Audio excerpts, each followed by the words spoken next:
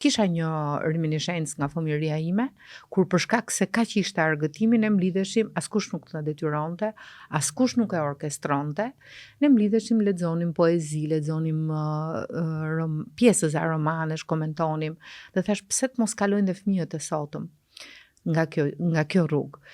Edhe fillova të bëja klube shumë të vogla, fillimisht me fëmijët e miqve dhe të shokëve.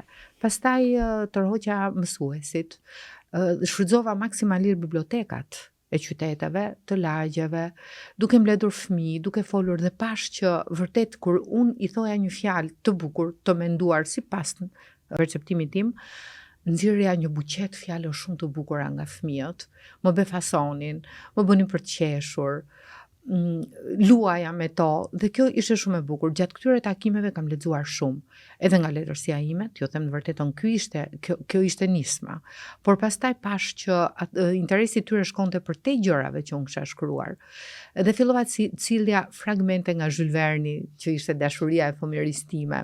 Fragmente nga Gaço Bushaka, po me pak kujdes që të zgjidhja fragmente të tilla të përshtateshin fëmijëve të kësaj kohe. Dhe pash që shiko, kjo ishte rruga më e bukur për të marrë gjërat e bukura për tyre, sepse unë mendoj që gjithmonë koha është e fëmijëve. Fëmijët nuk janë e nesërme, janë e sotmja.